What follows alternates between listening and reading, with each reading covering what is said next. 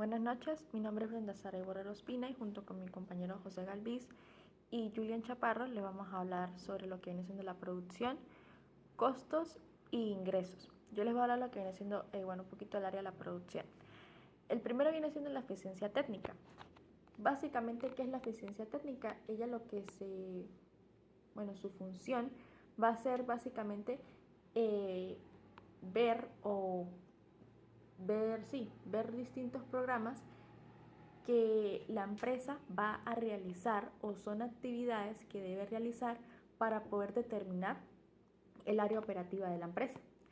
Existen varios tipos de empresas, entre ellos están las empresas públicas, las empresas privadas, las pequeñas, las medianas, las grandes, las que son de servicios, las no comerciales, las comerciales, las industriales, también están las que son sociedad anónima o limitada o cooperativa.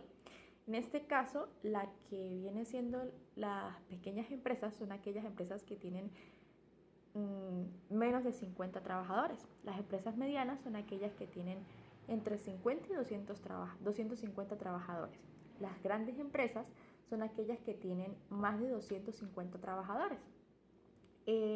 Los comerciales son aquellos o aquellas industrias que tienen tanto un productor que se beneficia como un consumidor, ¿sí?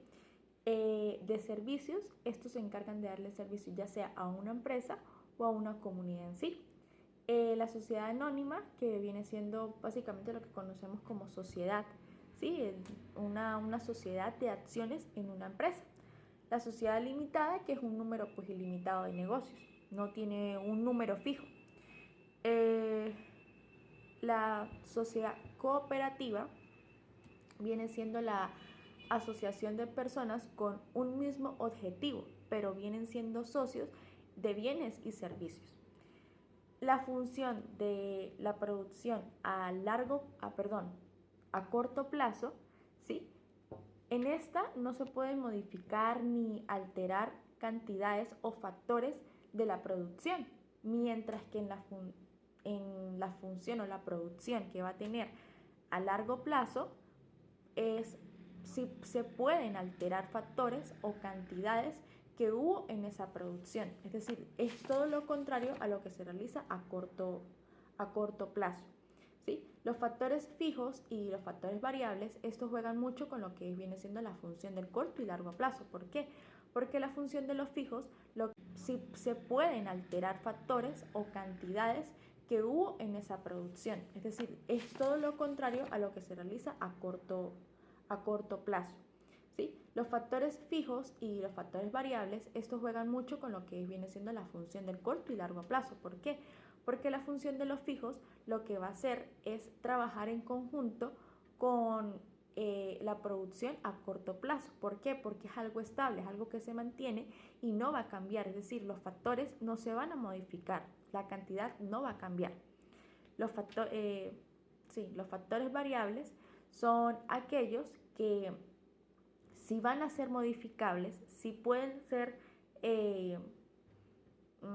se pueden modificar cantidades y factores que se utilicen, ¿sí? Y pues a la vez, depender o ver cómo fue el consumo o la producción más bien de esa empresa.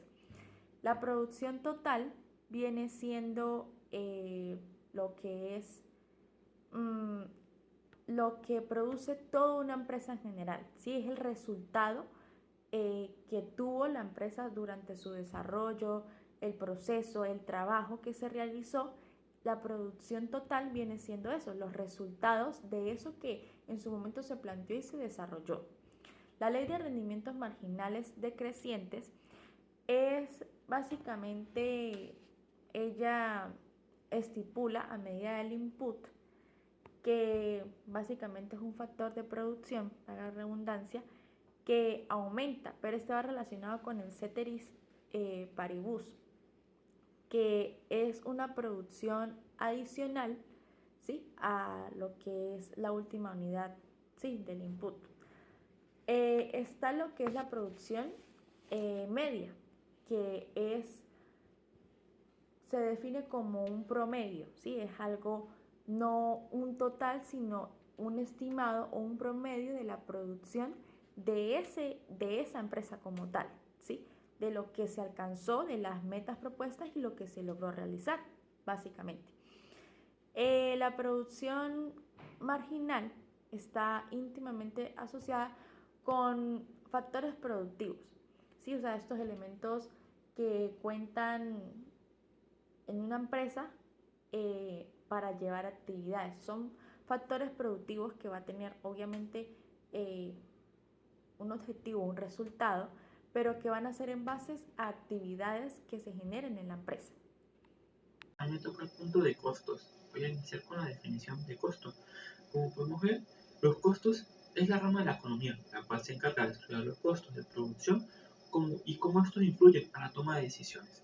Esto se centra en analizar los factores que determinan los costos, como los precios de los insumos, el tamaño, la escala de producción, la técnica utilizada y los otros factores. Como ya podemos ver, el costo es el estudio de todo lo que elabora a la base a la hora de las empresas producir un producto, el estudio de los materiales que lleva, cómo se va a producir, eh, con qué cosas se va a producir, al aumentar también cómo se va a patrocinar para la venta. Todo eso debe de ir unido a la hora de ponerle un precio a, a ese insumo o ese objeto para su venta. Entonces el costo es el que o sea, la economía, el costo es el que se encarga de estudiar todo eso para conseguir darle un costo a ese objeto. Como podemos ver, hay varios tipos de definiciones y tomámoslo de hecho por Guerrera Rosa, que nos indica que los costos tienen interpretaciones un poco distintas desde el punto de vista contable y económico. De forma contable se establece que un costo son todos los desembolsos que se incurren para producir un bien o un servicio, pero desde el perspectiva económica es un costo, es lo que renuncia para obtener algo y asociado el costo de oportunidad. Podemos ver aquí algo, que el costo tiene dos maneras. Una manera contable de costo, que podemos llegar a decir, como de la gente, no, yo a este producto le puedo ganar tanto. Y otra, que es lo que tiene que renunciar el empresario para llegar a ver esa ganancia. O sea, no solamente, no siempre le va a llegar a ganar a su producto lo mejor, porque tiene que renunciar a algo para poder llegar a esa oportunidad, a esas oportunidades. Prosigo, el costo tiene ciertas clasificaciones. Como sabemos, el costo es el que se encarga de estudiar o sea, los costos hacia un producto, y esto tiene diferentes clasificaciones, como podemos ver el costo contable, que son los gastos necesarios que debe realizar una empresa, o sea, inversiones, veamos así mejor, inversiones, bienes y servicios. Vamos a ver un pequeño ejemplo, una panadería. Una panadería necesita instrumentos para realizar sus masas, lo que es maquinaria, y necesita también mostradores, maquinaria, hornos, y para eso también requiere de un servicio con luz, gas, todo eso. Entonces, y todos esos gastos al momento de darle un precio a su venta, o sea, a su producción va unido para, para solventar esos gastos. También tenemos los costos unitarios, que esta es la que estudia el, o sea, como la producción. Entonces, o sea, cada familia tiene una producción, pero el costo unitario se centra solamente en la unidad, en un objeto, en uno solo. ¿Para qué se hace este estudio? Para sacar por lo menos determinar el precio de un objeto. También lo que se puede llegar a gastar en la producción de ese objeto para después llevarlo a escala. Costo marginal. El costo marginal es como, podemos verlo así, las empresas ya cuando empiezan a producir tienen un costo por lo menos de un objeto, este marcador.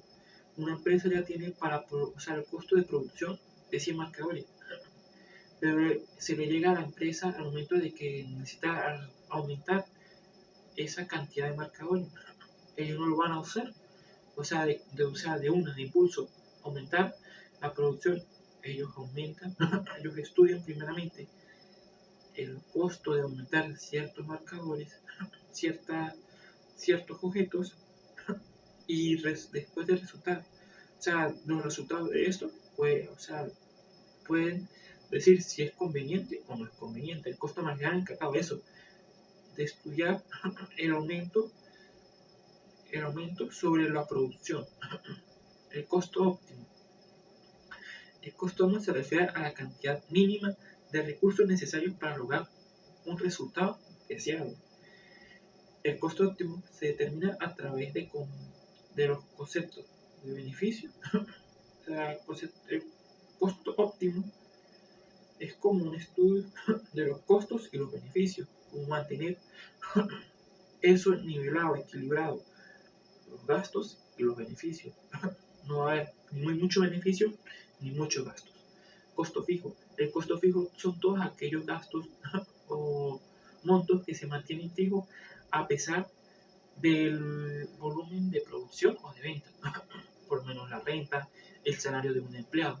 Los costos variables son aquellos gastos o costos o casi costos que se van a mantener variables a pesar del nivel de producción o de venta.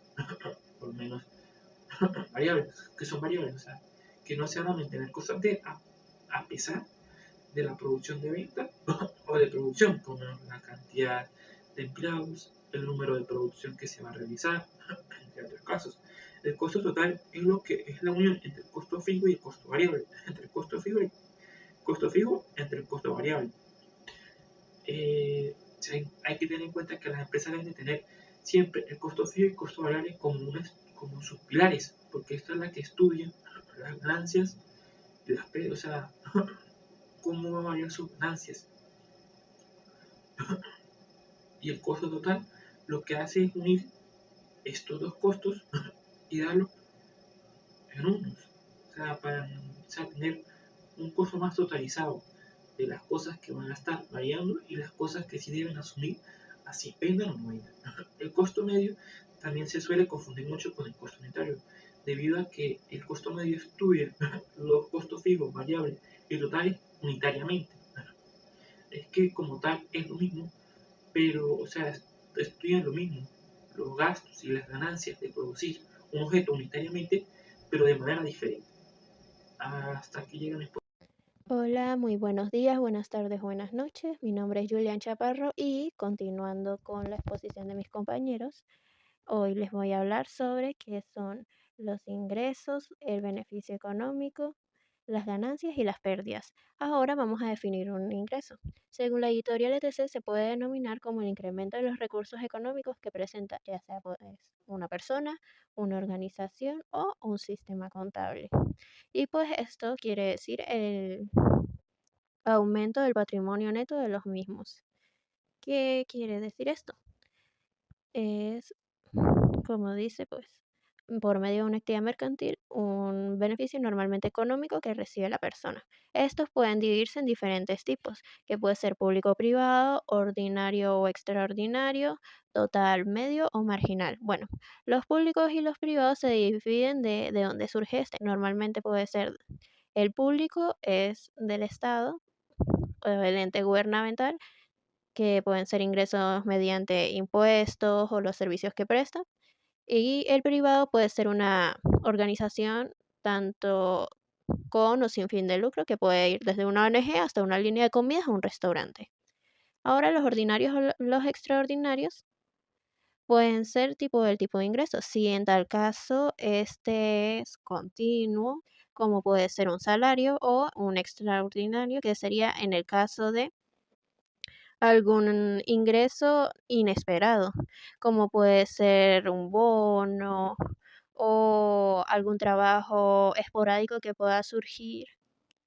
Ahora vamos a hablar del total medio y el marginal. Este es mayormente calculando dependiendo de ya todos los ingresos que se tengan. El total es la sumatoria de todos los ingresos recibidos. El medio se podría sacar el promedio de todos los productos vendidos y el marginal es el incremento de una venta, es decir, como que el excedente de las ventas sea igual, por ejemplo, a la venta de una unidad, más de lo que se había esperado de un producto.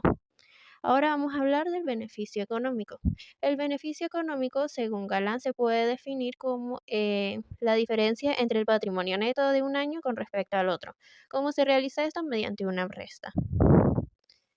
Estas, pues, obviamente se equilibran entre los ingresos y los costos de todo el año y se realiza la operación. Estos normalmente se pueden hablar, pues, tanto de nivel macroeconómico como económico, es decir, que estos se calculan en cualquier tipo, ya sea una persona natural, pueda ser una empresa y pues estos pueden variar dependiendo de la situación. Ahora vamos a hablar de las ganancias y las pérdidas. Las ganancias se pueden definir como el aumento de la riqueza que se produce por medio de una transacción de índole económico. Es según Westreicher, y las pérdidas, según este mismo, se podría hablar como la situación en la que se deja de poseer algo por alguna circunstancia. Y en el caso de la economía, se refiere a la restricción de un patrimonio del individuo o una empresa. Estas también se pueden calcular por medio de los ingresos recibidos, si hay, como dije anteriormente, un excedente o si por medio de las ventas hay algún tipo de pérdida. Y bueno, esta ha sido toda nuestra exposición y espero que les haya gustado.